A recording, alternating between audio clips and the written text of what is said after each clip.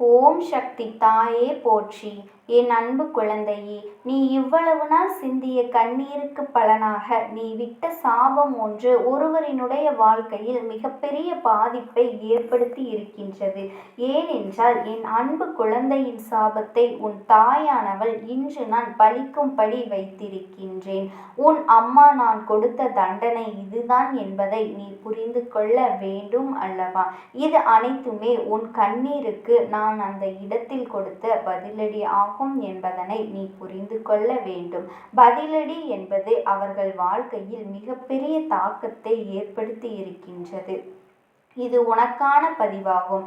என் செல்ல குழந்தையே, உனக்கு வாழ்வில் மிகப்பெரிய ஒரு துயரத்தை எல்லாம் கொடுத்த நபர்களுக்கு இன்று நான் அவர்களுக்கு தக்க பதிலடி கொடுத்து விட்டேன் என்பதை நீ மறந்து விடாதே.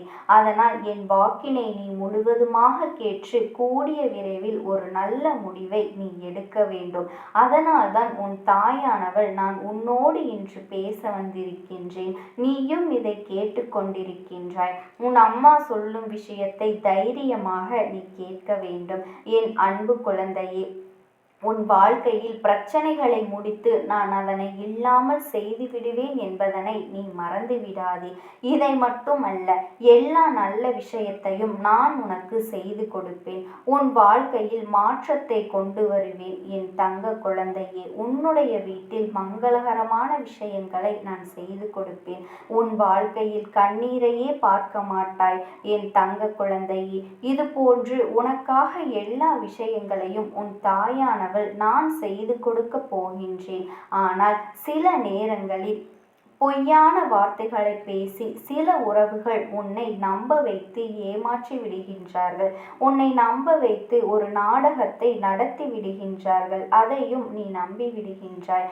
என் அன்பு குழந்தையே, நீ முழுமையாக நம்பி உன் வாழ்க்கையை நீ தொலைத்துவிட்டு இறுதியாக நிற்கதியாக நீ நின்று கொண்டிருக்கின்றாய் அல்லவா? ஆனால் என் அன்பு குழந்தையே, இதையெல்லாம் ஒரு நாள் தெரிய வரும் தருணத்தில் வாழ்வா நரகமா என்ற ஒரு வாழ்க்கையை நீ வாழ்ந்து கொண்டிருக்கின்றாய்.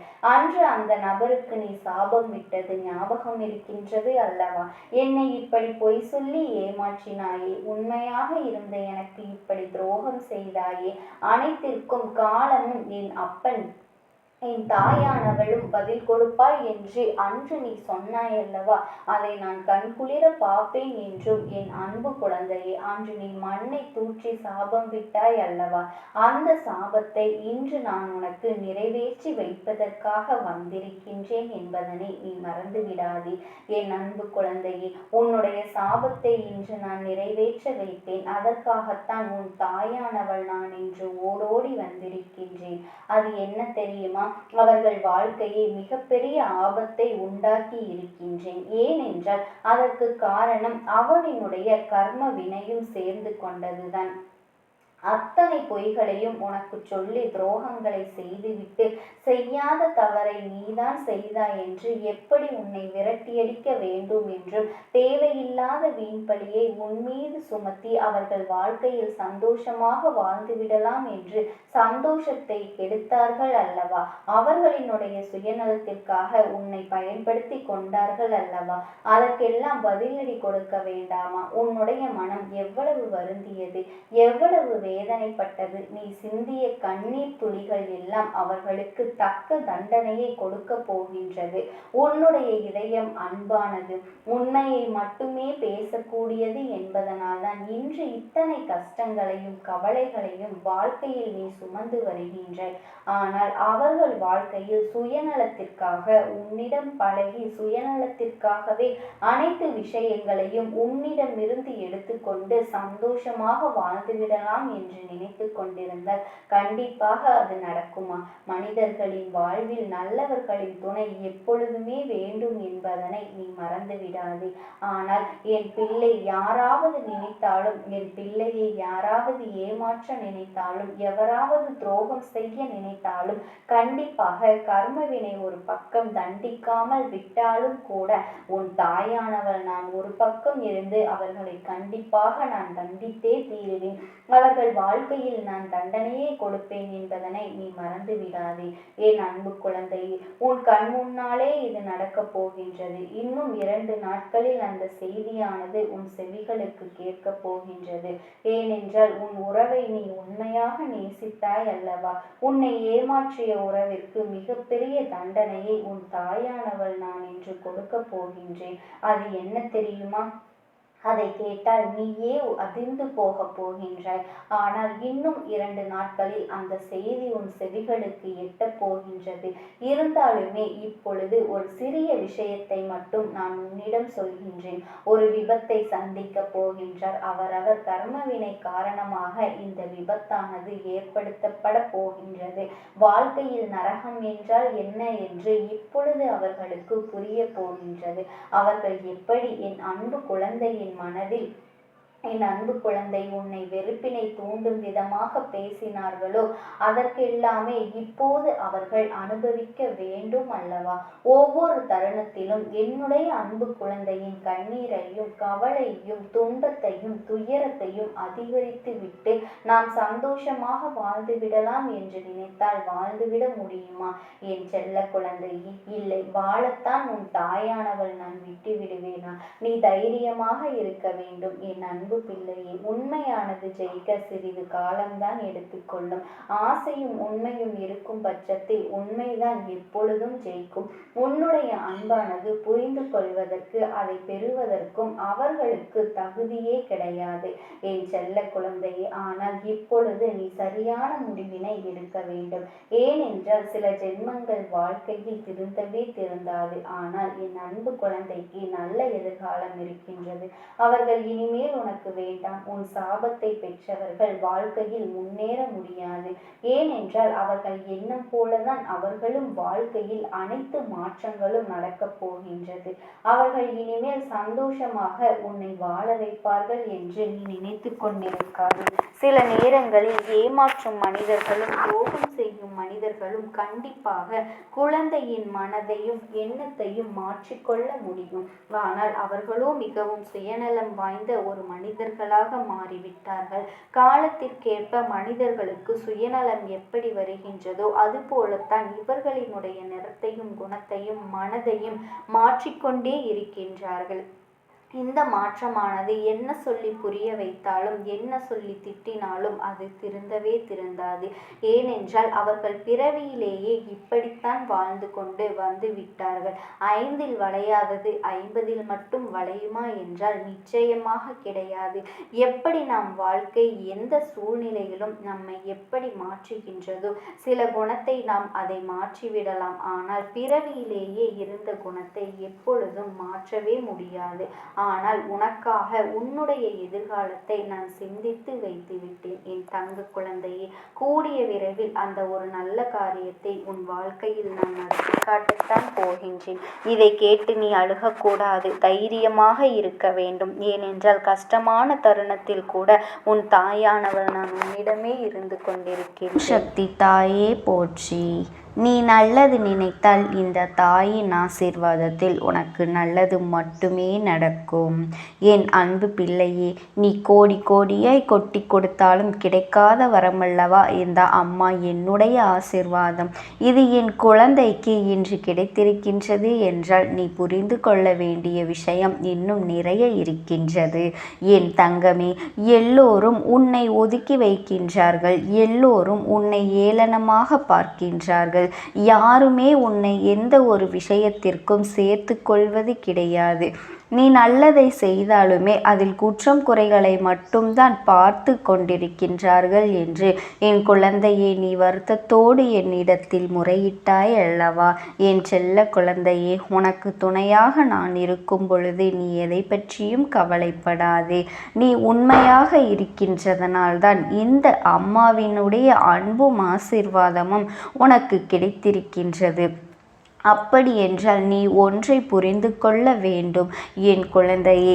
எத்தனை பேர் உன்னை என்னவாக நினைத்தாலுமே சரி, வாழ்க்கையில் உன்னை எந்த இடத்தில் ஒதுக்கி வைத்தாலும் சரி, இந்த அம்மா உன்னை வாழ்க்கையில் உயர்ந்த நிலைக்கு கொண்டு செல்வேன் என்பதனை மட்டும் நீ புரிந்து கொள்ள வேண்டும். யாரும் இல்லை என்று நீ வருந்தாமல், எந்த ஒரு சூழ்நிலையிலும் உனக்காக இந்த தாயானவள் உன் இல்லத்திலே நின்று கொண்டிருக்கின்றேன் என்பதனை மட்டும் நீ மறந்து விடாதே என் தங்கமே. பணம் மட்டும்தான் உலகம் என்று சில நல்ல மனங்களை காயப்படுத்துகின்றார்கள் அல்லவா? அப்படிப்பட்ட மனமானது இந்த பூமியை தவிர வேறு எங்கும் செல்லுபடியாகாது. இன்று உயிரோடு இருக்கும் வரை மட்டுமே அதை அனுபவிக்க முடியும். ஒருவேளை நாளை அவர்கள் இறந்து விட்டால் அதை கூடவே எடுத்து செல்ல முடியுமா? இதையெல்லாம் அவர்களுக்கு உணர்த்தக்கூடிய காலம் வந்துவிட்டது என் தங்கமே. அன்பாக பழகுவதை எல்லாம் மறந்து அழகாக எப்படி உண்மையாக பழக வேண்டும் என்று இந்த வாழ்க்கை உனக்கு கற்றுக் கொடுத்திருக்கின்றது அல்லவா? இதுவும் உனக்கு கிடைத்த நல்ல அனுபவம்தான் என்பதனை நீ மறந்து விடாதே. கஷ்டத்தை பார்த்து வளர்ந்தவர்களை விட கஷ்டத்தை அனுபவித்து வளர்ந்தவர்களுக்குத்தான் தெரியும் வாழ்க்கையில் ஒவ்வொரு அடியும் எவ்வளவு வலிக்கும் என்று என் தங்கமே. மனம் விட்டு பேசிவிட்டால் தீராத பிரச்சனைகள் எல்லாம் தீர்ந்துவிடும். ஆனால் இங்கு யார் முதலில் பேசுவது என்ற ஆணவத்திலேதான் பல உறவுகள் பிரிந்து சென்று விட்டது என் குழந்தையே. மனிதர்கள் இது போன்ற விஷயங்களை எல்லாம் புரிந்து கொள்வதற்கான கால நேரம் இன்னும் வரவில்லை போல. அதனால் என்னவோ பல குடும்பத்தில் பல பிரச்சனைகள் பலரது வாழ்க்கையை புரட்டி புரட்டி வதைத்து எடுத்து கொண்டிருக்கின்றது என் தங்கமே. ஒரு மனிதனை மகிழ்ச்சியாக மாற்றக்கூடியது அவனுடைய செல்வமோ பொருளோ கிடையாது. போதும் என்கின்ற எண்ணமும் எது வந்தாலும் ஏற்றுக்கொள்ளக்கூடிய மனப்பக்குவமும் தான் ஒரு மனிதனை மகிழ்ச்சியாக வாழ்க்கையில் இது மட்டும்தான் மாற்றுகின்றது என்பதனை புரிந்து கொண்டாலே இந்த வாழ்க்கை உனக்கு மிக சிறப்பானதாக மாறிவிடும் என் பிள்ளையே. ஏறக்குறைய நீ இந்த நிலைமைக்கு வாழ்க்கையில் வந்து கொண்டிருக்கின்றாய். நீ இந்த நிலையில் இருந்துதான் இப்பொழுது வாழ்க்கையை வாழ்ந்தும் கொண்டிருக்கின்றாய். சில விஷயங்களை மட்டும் நீ உன்னுடைய வாழ்க்கையில் திருத்தி கொண்டால் போதும் என் அன்பு பிள்ளையே.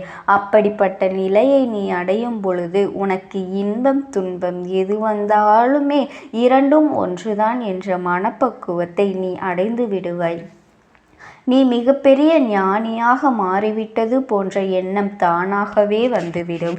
எல்லா சூழ்நிலைகளிலும் உனக்கான நேரத்தை நீயாகவே உருவாக்கி கொள்ள தொடங்குவாய். அது மட்டுமல்ல என் செல்லமே, உனக்கான நேரத்தை நீயே உருவாக்க தொடங்க வேண்டும். உனக்கானதை வேறு யாரும் நிர்ணயிக்க முடியாது. அப்படி வேறு யாரேனும் நிர்ணயித்தாலும் அது உன்னை விட சிறப்பாக இருக்காது என்பதனை நீ புரிந்து கொள். இப்படித்தான் இருக்க வேண்டும் என்று சொல்லி யாரும் யாரையும் ஒரே அடியாக திருத்திவிட முடியாது என் செல்ல குழந்தையே. என்னென்னவோ எண்ணங்கள் உன் மனதிற்குள் எப்பொழுதும் இருந்து கொண்டே இருக்கும் பொழுது, இத்தனை பேரும் உன்னை சுற்றி நடந்து கொள்கின்ற செயல்களை பார்க்கும் பொழுது மனது படுகின்ற பாடு என்னவென்பதை உன் அம்மா நான் நன்கு அறிவேன் என் தங்கமே. அவர்கள் எனக்கு கோடி கோடியாய் கொண்டு வந்து என் மேல் கொட்டினாலும் அவர்கள் நினைத்த காரியத்தை செய்ய நான் ஒரு பொழுதும் அனுமதிக்க மாட்டேன். அது மட்டுமல்ல, அவர்களுடைய வேண்டுதல்களுக்கு ஒரு பொழுதும் செவிசாய்க்க மாட்டேன் என்பதனை நீ புரிந்து கொள்ள வேண்டும். பணம் என்ற ஒன்று இந்த தெய்வத்திடம் ஒரு பொழுதும் செல்லாது என்பதனை நீ புரிந்து கொள். உண்மையான அன்பு என்ற ஒன்று இருந்தாலே போதும்.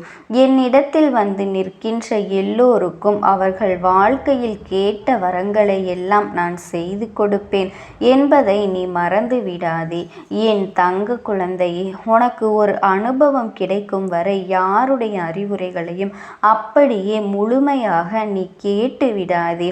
ஏனென்றால் கஷ்டங்களை எல்லாம் பார்த்தால் ஒன்றுமே தெரியாது. அதையெல்லாம் அனுபவிப்பவருக்கு மட்டும்தான் அந்த வலியும் வேதனையும் புரியும். வாழ்க்கையில் கடினமான பக்கம் என்றால் என்னவென்று நாம் இன்னொருவர் கஷ்டம் என்று நம்முடைய கஷ்டத்தை போலவே அவர்கள் சொல்கின்றார்கள் சொல்கிறார்கள் என்றால் அப்போது அதை நம்மால் எளிமையாக புரிந்து கொள்ள முடியும். அதை விட்டுவிட்டு ஒருவர் சுகமாக இருந்து கொண்டு கஷ்டமே என்னவென்று தெரியாமல் இருந்து கொண்டு மற்றவர்கள் படுகின்ற கஷ்டத்திற்கெல்லாம் அறிவுரைகளை சொன்னால் எப்படி ஏற்றுக்கொள்ள முடியும்? ஏன் தங்கமே, வாழ்க்கையில் எல்லா கஷ்டங்களும் நமக்கு வரும்பொழுதுதான் அது புரியும். இவர்களும் எத்தனை வேதனை அடைந்திருப்பார்கள், எத்தனை வழிகளை கடந்து வந்திருப்பார்கள் என்று இந்த வாழ்க்கையில் நீ இன்னும் அனுபவிக்க வேண்டிய சூழ்நிலைகள் நிறைய இருக்கின்றது. நீ இப்பொழுதே உன்னுடைய மன வலிமையாக்கி கொள்ள வேண்டும். இனி வாழ்க்கையில் ஒருபோதும் சோர்ந்து போய்விடக்கூடாது. இனி வரும் நாட்கள் எல்லாம் இதைவிடவும் சற்று நீ கடினமாகத்தான் வாழ வேண்டி இருக்கும். ஆனாலும் நீ கவலைப்படாதே. இது நாள் வரையிலும் நீ அனுபவித்த கஷ்டங்களும் வேதனைகளும் அவற்றையெல்லாம் உன்னை எளிதாக கடந்து வர வைத்துவிடும். என்றுமே வாழ்க்கையில் உனக்கு தன்னம்பிக்கை குறையக்கூடாது. நீ நல்ல நிலையை அடைய வேண்டும் என்றால் உன்னுடைய நம்பிக்கையானது ஒருபொழுதுமே குறைந்து விடாது. நீ வளர்த்து கொள்ள நீ வேண்டும். அது மட்டுமல்ல என் செல்ல குழந்தையே, நீ எல்லா வசதி வாய்ப்போடும் இருக்க வேண்டும், பணம் நிறைய சம்பாதிக்க வேண்டும் என்று சிந்திக்காமல் வாழ்க்கையில் நிம்மதியாக இருக்க வேண்டும், அன்போடு இருக்க வேண்டும், கிடைத்ததை அனுபவித்தால் போதும் என்ற மனநிலையோடு நீ பக்குவத்தோடு இருக்க வேண்டும். இது உனக்கான வாழ்க்கை, உன்னுடைய வாழ்க்கை என்பதை மட்டும் நீ புரிந்து கொண்டால் போதும். என் பிள்ளைகளே, மற்றவர்களை பார்த்து ஒரு பொழுதும் அவர்களைப் போல ஆடம்பரமாக வாழ வேண்டும், அவர்களைப் போல செலவுகள் செய்ய வேண்டும், அவர்களைப் போல நடந்து கொள்ள வேண்டும் என்று ஆசைப்பட்டால் அது தவறு இல்லை. உன்னுடைய சூழ்நிலையை உணர்ந்து கொள்ளாமல் பிடிவாதமாக இதையெல்லாம் செய்யும் பொழுது உனக்கு கஷ்டங்கள் தான் மேலும் மேலும் வந்து கொண்டே இருக்கும் என்பதனை நீ புரிந்து கொள். இப்போது உன்னிடத்தில் எது இருக்கின்றதோ அதை வைத்து நீ நிம்மதியாக வாழ வேண்டும். உனக்கான எல்லா செல்வங்களும் உன்னை வந்து சேரும். உனக்கான உயர்ந்த நிலையையும் நீ அடையத்தான் போகின்றாய். ஆனால் தற்போது நீ என்ன நிலையில் இருக்கின்றாயோ அதை அப்படியே ஏற்றுக்கொள். மற்றவர்கள் நம்மை பார்த்து பொறாமைப்பட வேண்டும் என்பதற்காக சில காரியங்களை எல்லாம் ஒருபோதும் நீ செய்யாதே. ஏனென்றால் ஒருவர் வசதியாக இருக்கின்றார்கள் என்றால் நாமும் வசதியாக இருக்க வேண்டும். அவர்கள் வசதியாக இருக்கின்றார்கள் என்பதற்காக அவர்களை பார்த்து நாம் மகிழ்ச்சி அடைய வேண்டும். அதுபோலத்தான் நீ வசதியாக இருக்கின்றாய், சந்தோஷமாக இருக்கின்றாய் என்றால் உன்னை பார்த்து மற்றவர்கள் பொறாமைப்படக்கூடாது. உன்னுடைய வளர்ச்சியை பார்த்து அவர்கள் சந்தோஷப்பட வேண்டும். எத்தனை நாட்கள் அவர்கள் கஷ்டமாக இருந்தார்கள், பண பிரச்சனைகளிலே இருந்தார்கள், குடும்ப பிரச்சனைகளிலே இருந்தார்கள். இப்பொழுது அவர்களுக்கு நல்ல நிலை வந்துவிட்டது. உழைப்பால் உயர்ந்திருக்கின்றார்கள், தன்னம்பிக்கையால் ஜெயித்திருக்கின்றார்கள். நன்றாக இருக்கட்டும் என்றுதான் உன்னை மற்றவர்கள் பேச வேண்டுமே தவிர உன்னை பார்த்து யாரும் பொறாமைப்படும் அளவிற்கு நீ வாழ்ந்து காட்டக்கூடாது. நேர்மறையான எண்ணங்களாக மட்டுமே உனக்கு தோன்ற வேண்டும். அப்படி இருந்தால் மட்டுமே உனக்கு வாழ்க்கையும் நிலைத்து நிற்கும், உன் வாழ்க்கையில் இருக்கின்ற செல்வங்களும் நிலைத்து நிற்கும் என்பதனை நீ ஒரு பொழுதும் மறந்து விடாதே. உன் குடும்பத்தில் இருப்பவர்களையும் அது சோகத்தில் ஆழ்த்திவிடும். என் செல்லமே, உனக்கு நடப்பது எல்லாமே நல்லதாகத்தான் நடக்கும். இந்த தாயானவளினுடைய அன்பும் ஆசீர்வாதங்களும் உனக்கு என்றென்றும் முழுமையாக கிடைத்து கொண்டே இருக்கும். ஓம் சக்தி. ஓம் ஆதிபராசக்தி.